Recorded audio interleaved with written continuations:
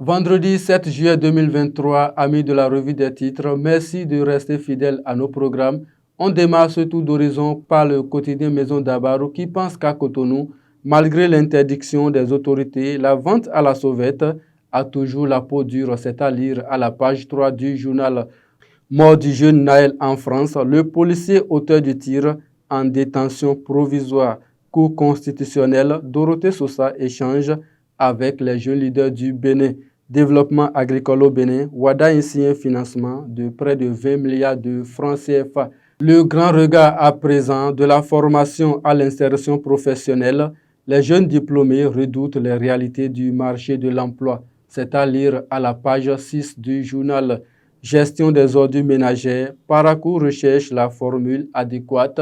C'est une interrogation de mon confrère Édouard Dodé du journal Le Grand Regard. Daibi Info à présent, escroquerie, mensonge et usurpation de titres. Le roi Oluwo Asika Ekun fait de troublantes révélations sur Owolobe. Lutte contre le terrorisme au nord Bénin, l'armée béninoise réceptionne 3 hélicoptères français. Un réseau de maraboutage à Candide de Mantelé, 2 faussaires et cybercriminels appréhendés. Le matinal de Charles Toko à présent, loi d'amnistie pour la libération de Madougou Aïvo et autres, des indices patents d'un échec de l'initiative.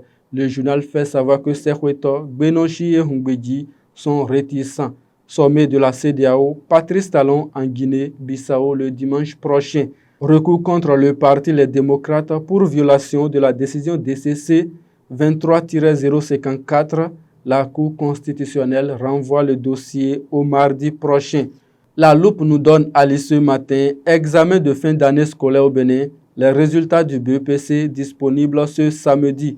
Vie politique nationale, le parti Les Démocrates en Conseil national le samedi 22 juillet prochain. La primaire nous donne à l'issue ce matin, prix du leadership Speak Up Africa 2022.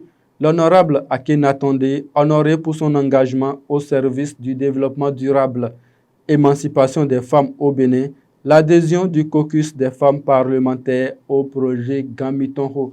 Et on retrouve le quotidien Décryptage Info, appui à la résilience climatique. La Banque africaine de développement accorde 107 milliards de francs CFA au Bénin.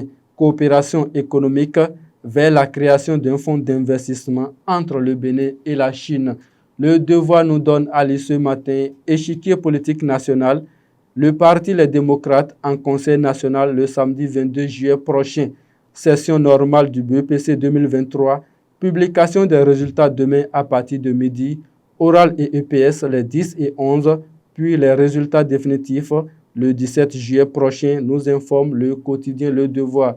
L'investigateur du jour nous donne à l'issue ce matin, commune de Banter, le maire Fagbemon promet la lumière sur l'affaire projet de centrale photovoltaïque.